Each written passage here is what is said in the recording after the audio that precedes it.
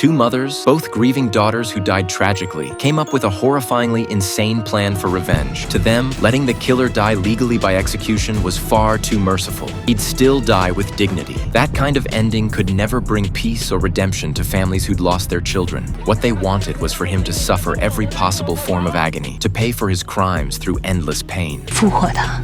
But to resurrect him, they first needed his body. After some discussion, Hannah and Zoe set their sights on the detective in charge of Lake's case. They'd already done their homework. He was a corrupt cop who would do anything for the right price. When they made their offer, he didn't bother hiding it and named an outrageous sum. He also dropped a crucial detail. Lake's body would be cremated in 72 hours. That meant they had only 3 days to come up with the money, or their entire revenge plan would vanish into thin air. The two women split up to act. When Zoe got home, she was about to start gathering things when her eyes landed on her husband's briefcase tossed carelessly on the couch. Inside were several envelopes addressed to unfamiliar names. As she puzzled over them, his phone suddenly buzzed, an incoming text from an unknown woman. The message was intimate, almost taunting. Reading through the clues, Zoe realized her husband was having an affair. Meanwhile, Hannah went all in. As a longtime employee of an insurance company, she knew all about the shady business practices from its early days, like selling high-risk investments disguised as low-risk products while hiding the potential for loss. In essence,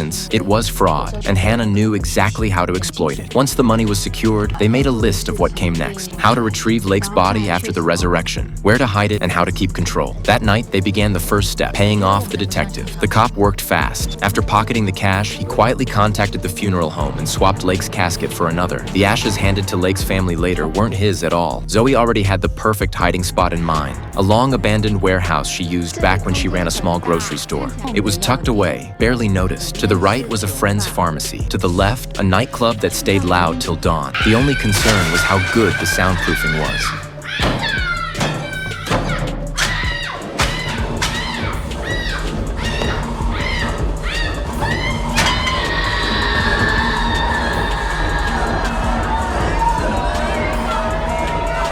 That night, the detective delivered the body, and the two women dragged it to the temple. But during the ritual, the goddess refused to awaken him. There was no human longing in the world strong enough to call him back. Then Hannah made a desperate choice. Tears welled in her eyes as she poured all the love and longing she still held for her late husband into Lake's corpse. To convince the goddess of her sincerity, she lowered herself, trembling with grief and resolve, and pressed a kiss filled with anguish onto Lake's cold, lifeless face. The ritual reignited. The goddess began to chant again, and this time, a miracle seemed to unfold. A puff of white mist escaped Lake's mouth. The next second,